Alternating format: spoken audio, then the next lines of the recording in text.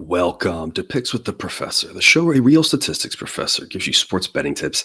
I'm your host, Professor Sides, and for the latest updates and information, you can find me on Twitter at Professor Sides. This Major League Baseball episode covers both games scheduled to be played on Saturday, October 22nd, 2022. We are in the middle of the championship series. In case you're new here, check out the webpage on the banner. It's www.pickswiththeprofessor.com/new for a primer and explanation of what we're doing here.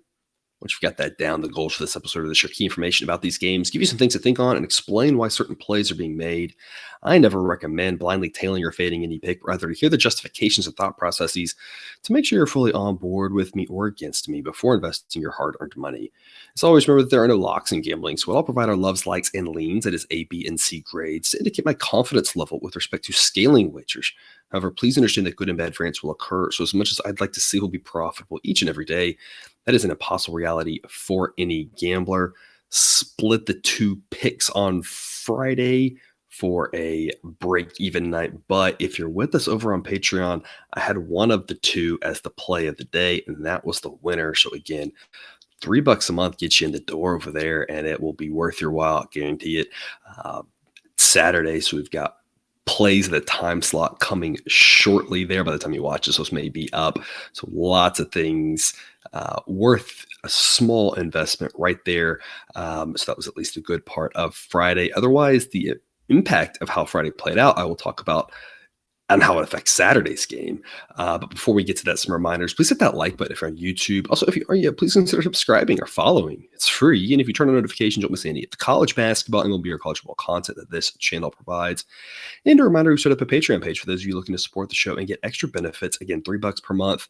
Get you all the plays of the day and any plays that we are unable to make on show because the lines are unavailable or they've changed. We've also got other tiers for other benefits, including $5 a month. Get you also access to that Discord chat where you can ask us questions.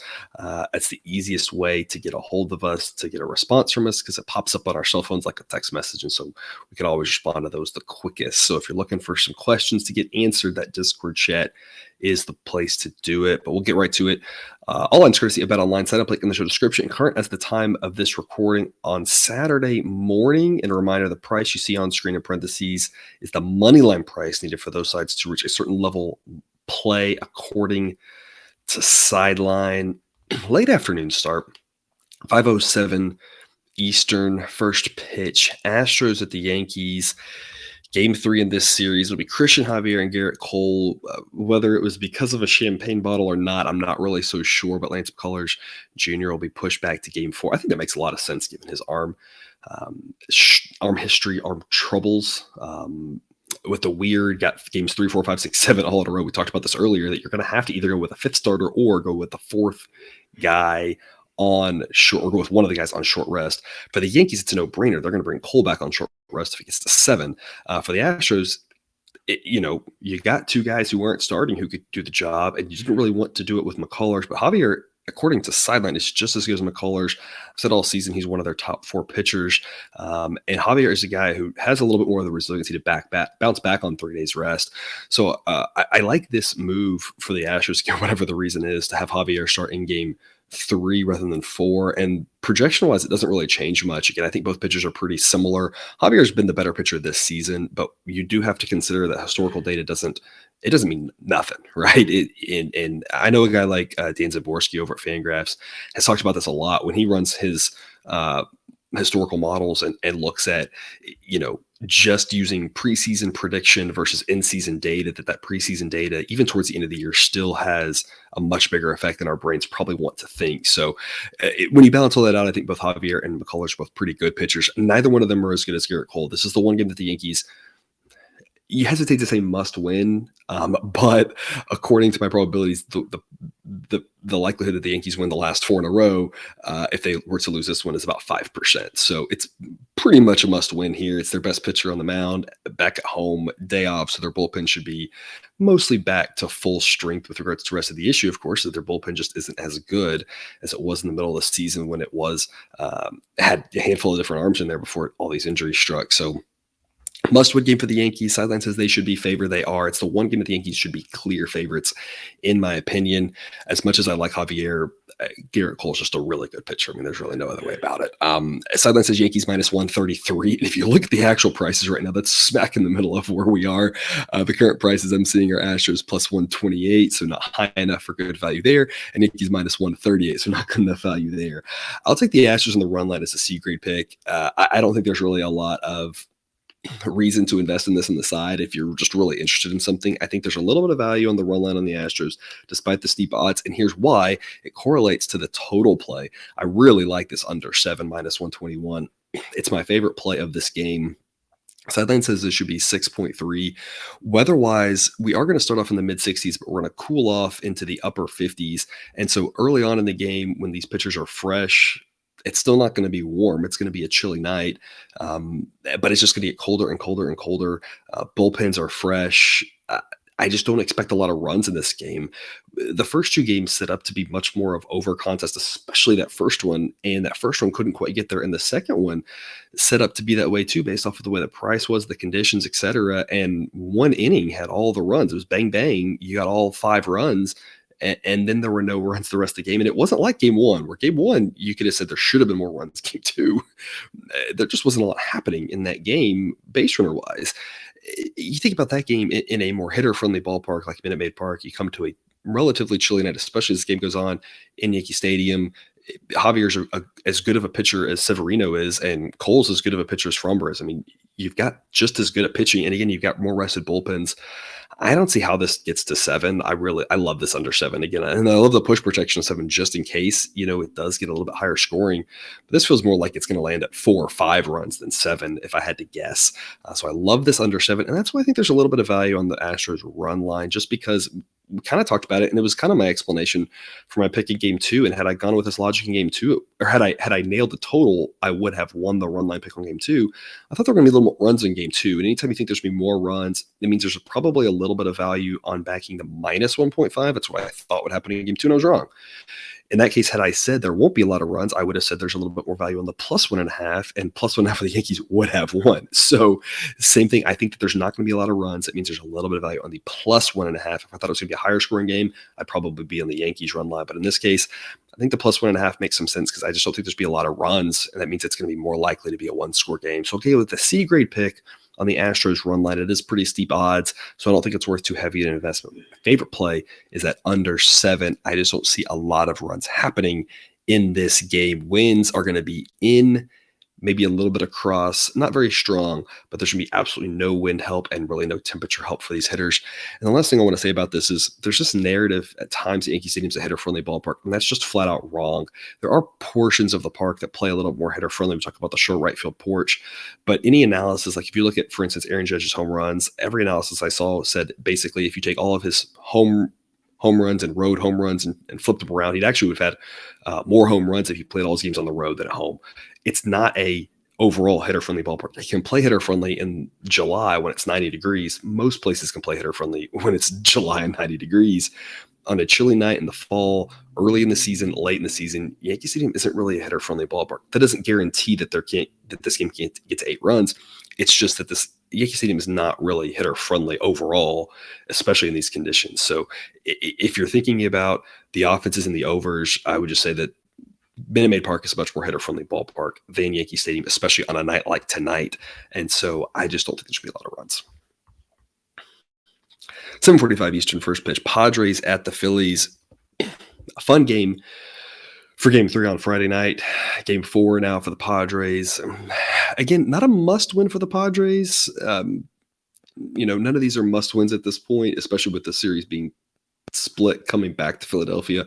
But the probability the Padres won this series, if they won last night, was up about 75%. And after losing, it's in the upper 30s. So, I mean, that game 3 was a pretty big game.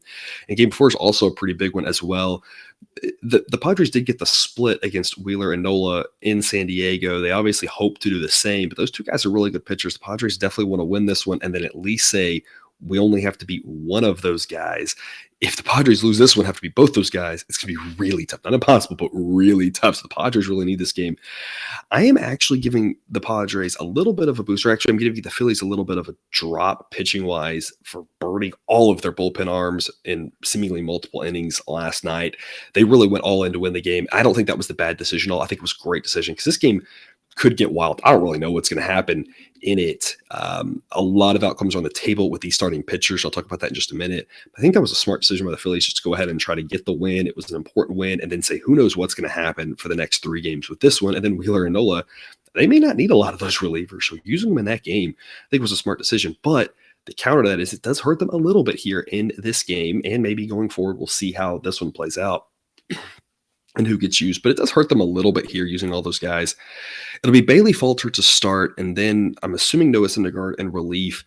Probably Falter just one time in the lineup. He has not pitched a lot in the last several weeks, so I don't think he's stretched out to go deep. He's also the worst starting pitcher that they've got. I think that Syndergaard's a better pitcher. I think that you do have the advantage with Falter as a lefty because, again, as I've mentioned, the Padres are a little bit left-handed heavy, a little bit switch hitter heavy, and switch hitters tend to hit better from the left side than the right. That's mostly a universal rule.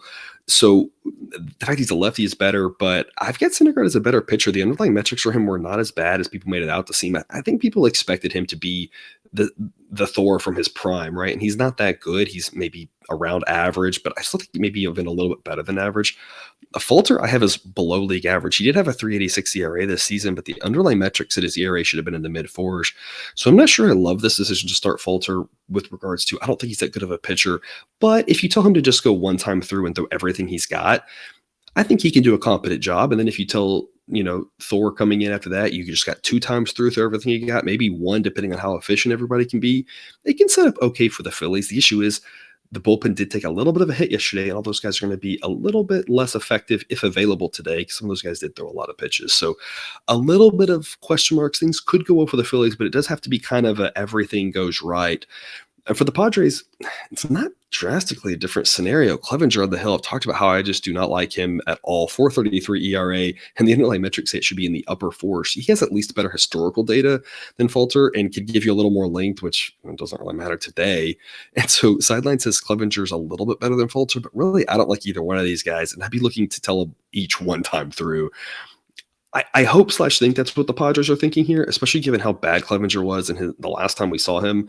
I have to kind of assume that it's going to be a situation where they say, one time through, that's it, everything you got, and then you go to Manaea. Manaea, Sideline likes him better. He's been rested. That's part of his problem was his velocity was down because of just a little bit of arm fatigue, so that should help him. And then you get Manaea one time through, and then you turn it over to the rest of the Padres bullpen, which is pretty solid. And a lot of guys weren't used yesterday as well. So I think things set up more favorably for the Padres and the Phillies here.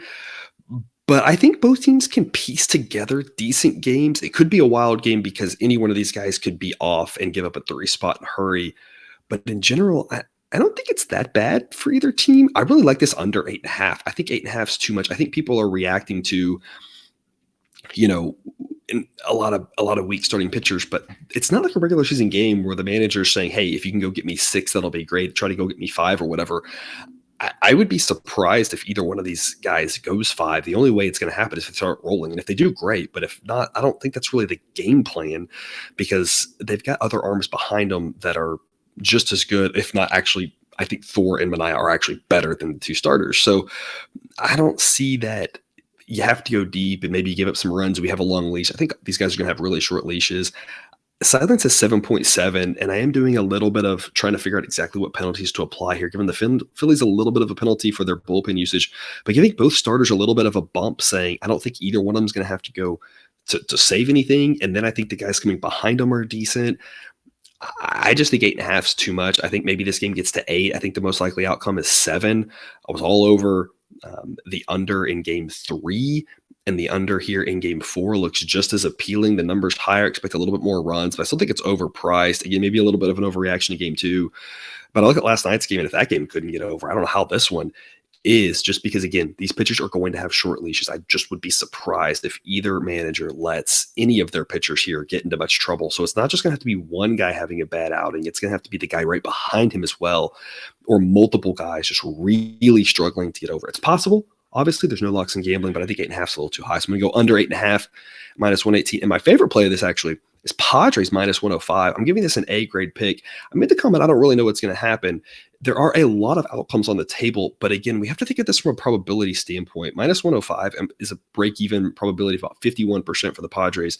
And while I don't know what's going to happen, I think there's just way more ways that the Padres win than lose. I think it could be a Padres blowout, Phillies blowout, Padres tight win, Phillies tight win, but that doesn't mean that I think all four of those are 25% likely. I think there's a little bit more likelihood that the Padres win this game simply because their offense is a lot better than the Phillies offense. The relievers are better than the Phillies relievers and more rested than the Phillies relievers. So with huge question marks on starting pitching and then who's going to go after the starting pitcher, I just tend to go back to, I know the game's in Philadelphia. The home field is built into the model. It can be a huge advantage, but if it was that simple, we would just say, oh, the home team wins every single game. It's not that simple, right? I do acknowledge that crowd was rocking last night. The crowd was rocking in San Diego both nights too, and that didn't help them in game one, right? So it's one of those things where I get that the game's in Philadelphia. That is going to help with the home field edge there. But the Padres bats and bullpen, I think, are the difference in this one. And Sideline says the Padres win this game almost 55% of the time. And at minus 105, that's a great investment. So I don't know what's going to happen, but at minus 105, I think it's a great investment on the Padres. I just think they're more likely to win than the Phillies. I think there's a little bit more likelihood of a Padres blowout than a Phillies blowout, and a little bit more likelihood of a Padres close win than a Phillies close win. I like the way they're set up. So minus 105 is an A grade pick. And as you can see on screen, as long as it's minus 108 or better, that's an A grade pick. If it's a little bit worse than that, I'd still be on the Padres, but with a B grade. Otherwise, again, like I said, I like that under. Similar situation to New York. We're going to start off a little bit cooler, actually around 60 degrees,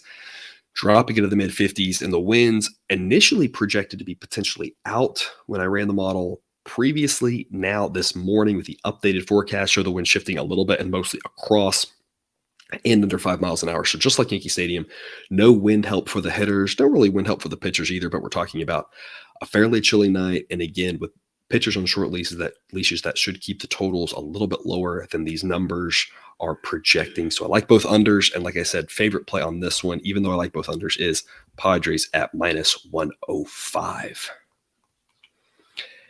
Thanks for tuning in to another episode of Picks with the Professor. Don't forget to subscribe so you can ensure all the sports betting content we provide on this channel is dropped right into your feed. And again, I will see you tomorrow with more Major League Baseball Championship Series betting content. Good luck with all your college football bets today. Good luck with these baseball bets. Good luck with your NFL bets. Lots of fun here this weekend. As always, remember, you can get your betting money, but please don't bet your eating money.